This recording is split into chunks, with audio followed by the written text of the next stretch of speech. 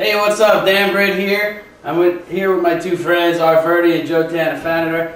Verdi was one of the world's fastest drummers, and Jotan too. Verdi played with many jazz greats for decades, years ago, and Jotan plays with the band Aventura, one of the biggest Latin bands of today. And we're just going to talk about groove, speed, and the misconceptions of speed.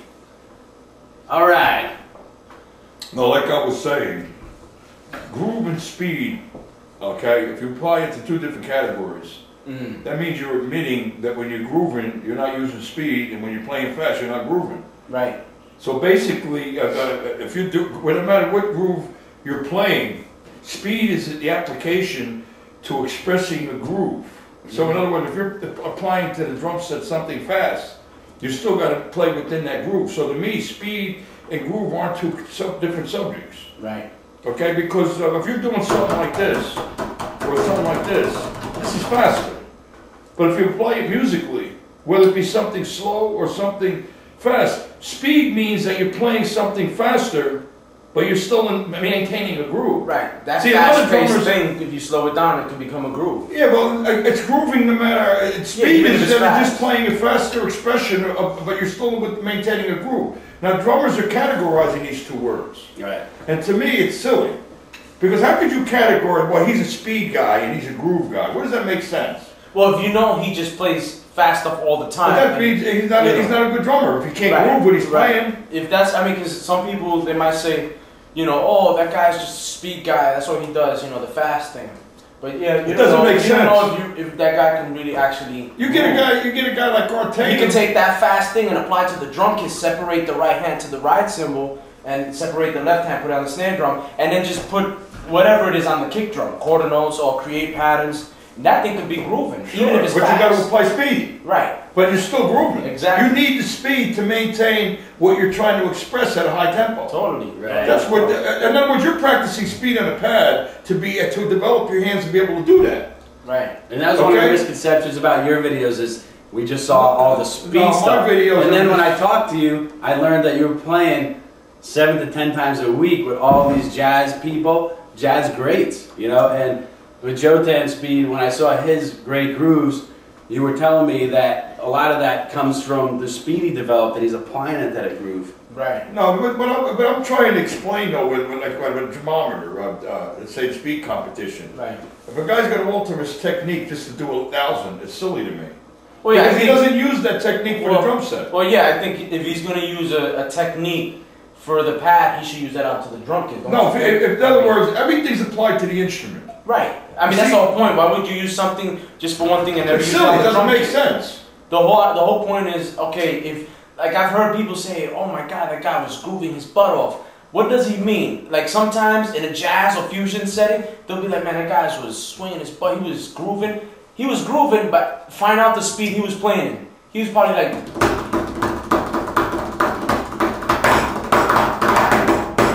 That's grooving, right? That's grooving. They would say that something like that is grooving, but then that's still a lot of speed, you know? You're using speed to the groove. That's what I was trying to say before.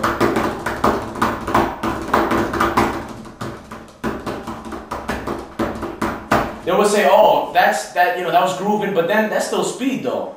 The only thing that there's accents, there's, dynamics in it, so all of that creates, a groove. Even if it's fast. It's a fast pattern applied to a groove. That's what the word speed means. I mean, when they say he's a speed guy, okay, he's a speed guy. This guy grooves and he's a speed. It doesn't make sense to me. What good is the speed if you can't groove? Right. It doesn't make sense why he's there in the first place. What is he there for? Yeah. Obviously, if you got all that speed and you can't make that happen in a song, in a setting of a. Then where does the word drumming come out of tempo and making whatever it is that you're playing, making a groove. Then obviously all that speed stuff. Where does the word drumming come in? If all you do is play fast paradiddles on a pad. Yeah, I mean, of course, that sounds ridiculous. It is ridiculous. If you and then you go on a drum set and you can't groove. What good is it? And then. I was telling you this about a week ago. Remember that a paradiddle? Let's take a paradiddle, right?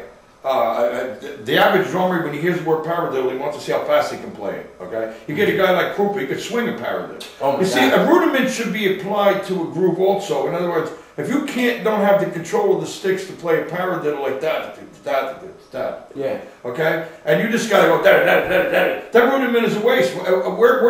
You're developing control of the drumstick to be able to play the drums. That's what a rudiment is. Right. You're developing a control of the hands to express yourself on the kit. Okay, this is what rudiment means to me. Yeah. Now, if a guy says, "Well, I could do 2,000 paradiddles in 1 minute," and then he goes up there and he can't even play one beat and a groove. Oh man! What good is 2,000 paradiddles in 1 minute if he can't apply an expression to the drum set? Well, you know what? That goes back to what Dan was talking about earlier. We was downstairs playing, just playing on the drums, just shedding and jamming along. And then, I came across this groove. He was like, "Oh man, that's a cool groove." But that actual groove it's a technical hand pattern. It's a rudiment, it's a paradiddle. It's a hand conditioner. It's a hand conditioner. Rudiments are hand conditioner. Right, and you know what? Rudiments are full of rhythms. Sure they are. To me, I call the rudiments the ABCs of drumming. They're the foundation of drumming. First of all, you know what you're going to gain with all those rudiments? You're going to gain technique, posture, endurance, and control. Dynamics, control. Right. You're going to even gain grooves and rhythms out of that, melodies. You just don't know it because we're just about this. Okay, right, left, right, left, left, etc. Repeat and build up to speed. But we don't think about okay, now how can I apply this to the drum kit? There you go. You can take a groove and put it as a fill. The same way as a fill could become a groove. Mm-hmm. It depends how you apply it. But people see, they always say, "Oh my God, feet, the whole speed stuff. That's all you can do." It's not really all you can do. I mean, there's cats that only do that, like the marching snare drum thing that they do, and that's hot and everything. But believe it or not, they groove it too. Yeah, they do. They have their own. They have their own groove. Yeah, they have their own groove within that style of what they do. Right. Of the whole marching, and technical thing. But there's ways to groove a paradiddle. A paradiddle diddle. Of course. You should be able to have control of the rudiment slow. Sometimes it's harder to groove it slow than fast. But when you groove it slow, you could totally see everything clearly. And let me tell you, there's enough space to even do like a double time thing in there. Like if you're going... So you can apply a paradiddle diddle, and that's still a paradiddle diddle. Mm-hmm. They're both paradiddles, but one like a half-time groove and one a double time. I had a student that's a paradiddle diddle. I had a student that played a very fast paradiddle, but when you asked him to play it slow, he'd go like this. Right, left, what is it, 2 more rights? Left, right, what is it? What, another 2 lefts? You know what a lot of students do and learn the paradiddle? Right, left, yeah, he didn't even know what it was, he just knew how to play it fast. As soon as you're right. There's a lot of people that can play finger fast. Well, you're right. There's a lot of people that can play the paradiddle diddle fast, or any other type of rudiment. But when you tell them, "Can you play slowly?" No, they can't. They can't. They used to the. And it all goes back to that, like taking a rudiment and making a groove. Right. Okay, people see me play the WFD and all that fun stuff. To me, that was fun. I have fun.